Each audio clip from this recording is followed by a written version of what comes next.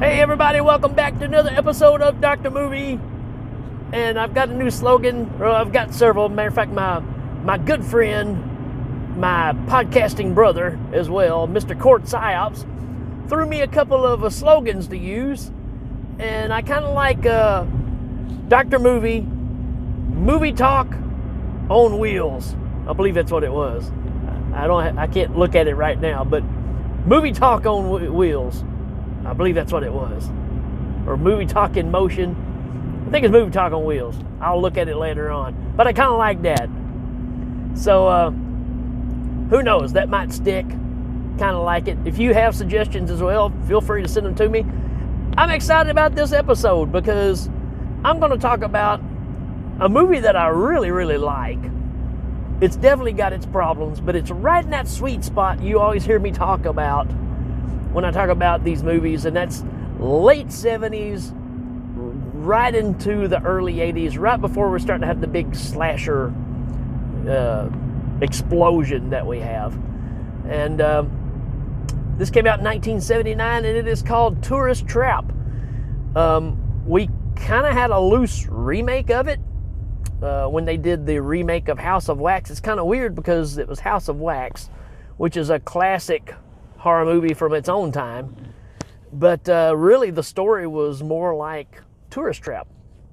So a lot of reasons to love this one. Again, I love this time period of horror movies because we're making big budget horror movies here.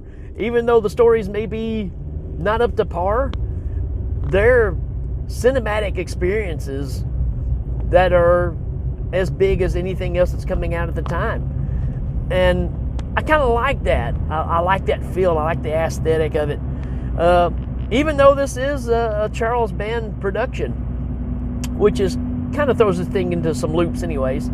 If you're not familiar with Tourist Trap, it's got the late, great Chuck Connors in it as Mr. Slauson. I'm such a fan of his from The Rifleman. I mean, that's what he's known for. Love The Rifleman. Just grew up on it. I even watch it to this day. His character, Lucas McCain, that he plays on there, there's not a badder dude than Lucas McCain. So it's kind of hard to watch him in this movie because of that fact. When people that you look at with high esteem and they play a different kind of role that's really off the cuff, it kind of makes it a little difficult to check it out. But he's fantastic in this movie. You've also got the late, great Tanya Roberts in this, in her two-top in all its glory. Not a complaint here at all. So she was kind of I think this is the introduction of her coming into being in the movies. And I don't know, I really like this one. What it lacks in gore or your typical horror movie popcorn shots, this thing's creepy. You've got all these mannequins that are basically coming alive, and it's disturbing stuff. I mean, y'all that have seen this, you know what I'm talking about. It's pretty dang disturbing. Nightmare fuel is what I like to call it. These images are stuff that will stay with you forever. And it's your typical setup for a horror flick of this time period where young adults, or just teenagers, however you want to put it, are running amok and they run into the wrong scenario. It's very, very similar to Texas Chainsaw. Matter of fact, there's a lot of Texas Chainsaw in this. Matter of fact, one of the producers from Texas Chainsaw was involved with making this film as well, and I think you can feel that in this. There's a lot pulled from Texas Chainsaw in this movie. Even the fact of one of the, if you look at the cover of this movie, the face that's on there is very reminiscent of the face that we see Leatherface wear when he's the housemaid.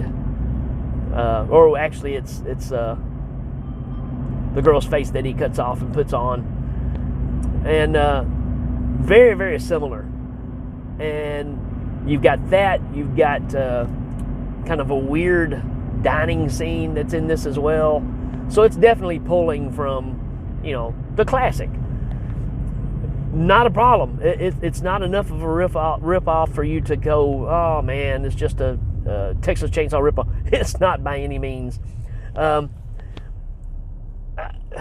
do you talk about this and not give it away? These young kids are riding out in their cars, and somebody's car breaks down, has to get a replacement for the wheel.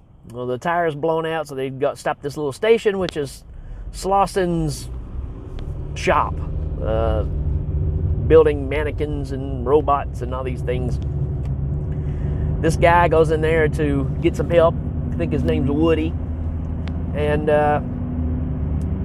all of a sudden, all these weird paranormal things start happening.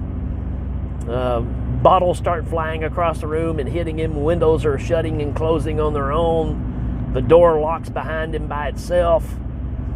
And these mannequins in there start popping out of doorways and laughing at him, and their mouths are opening up. One of the heads falls off, lands on the floor, but it turns around and looks at him and opens its mouth at him. I mean, this stuff is creepy, man. It really is.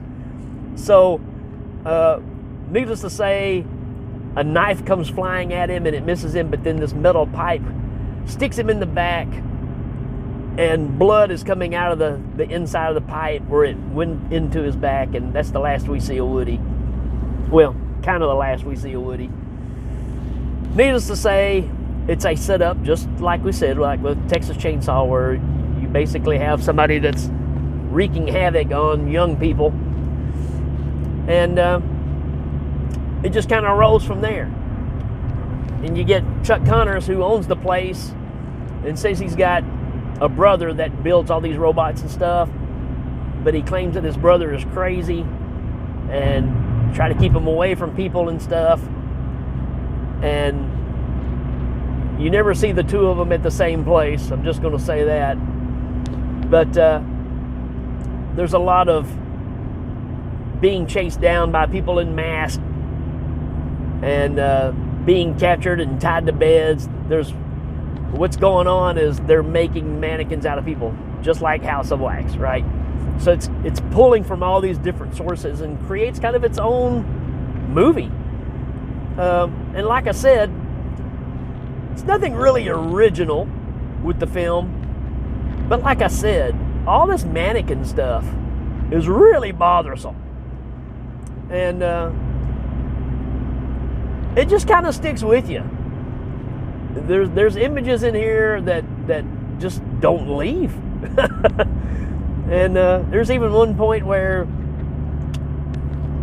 Slauson's brother, whatever, is chasing Molly, the main girl that's in the movie, and it's got Woody's head in its hand, and it's like, have you seen my friend, and all this kind of weird stuff. So it's supposed to be Woody, but it's obviously just this, there's no eyes, there's just blacked out, and the jaw is, can move.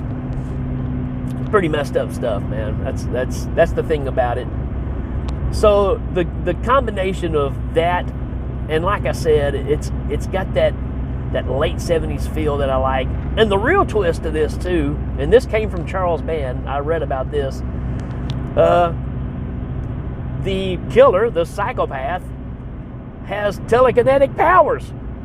So when you're watching this, you're like, it's not like they're just setting up these mannequins and making them shake and laugh.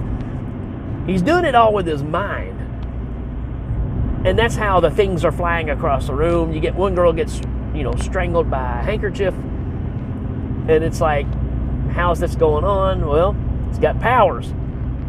And it turns out, I'm going to try not to give too much away, but the powers were used in the past to eliminate a problem, but it didn't stop there. And that's kind of where this thing runs on. But, again, I don't want to give too much away because I want you to check it out yourself. But for sure, if you're a horror fan, I don't see how you miss this one.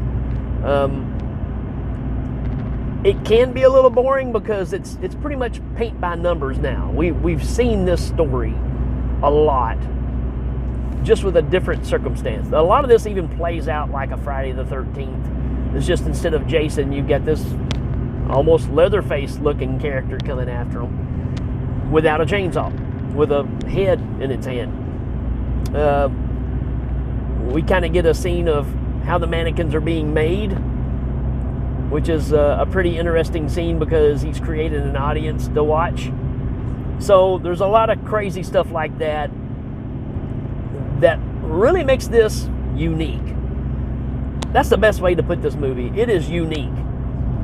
It's not great, but it's one of those that I have very, very fond memories of because it's unlike, even though it's ripping off several classic movies, it's still unlike anything else. And there's something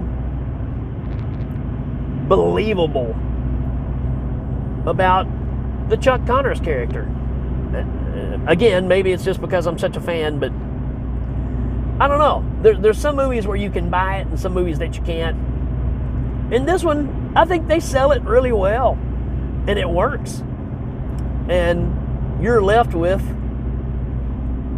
almost a Texas Chainsaw kind of ending where you have a survivor and they're on the edge of sanity. And I like that. So take that as you will. Is it Texas Chainsaw? Not by a long shot. But it does pull a lot from that. So I think if you're a fan of Texas Chainsaw, you need to check this one out. And like I said, there's really no gore in this besides the pipe in the back. Other than that, this is all eerie suspense. Like I said, nightmare fuel with these things. And I have to give it credit for that. I'm going to give it a 4 out of 5. It's right beneath me saying that I absolutely love this movie. It's right there. But it does have its problems. It can be boring because the formula has been used time and time again. So if you're new to it, that can be an issue. If you're a fan of it already, then you know what's in store and you love it. You know, it's one of those movies that you can take this and like Motel Hell and put them together and you've got a pretty fun night, right? It's that kind of movie. So there you go. I hope you check it out. And I hope you enjoy it. And let me know your thoughts on this movie. If you've ever seen it before, if you haven't seen it, if you're a fan of it, I'd love to hear that. So, folks, that's it for this one. And we will check you later.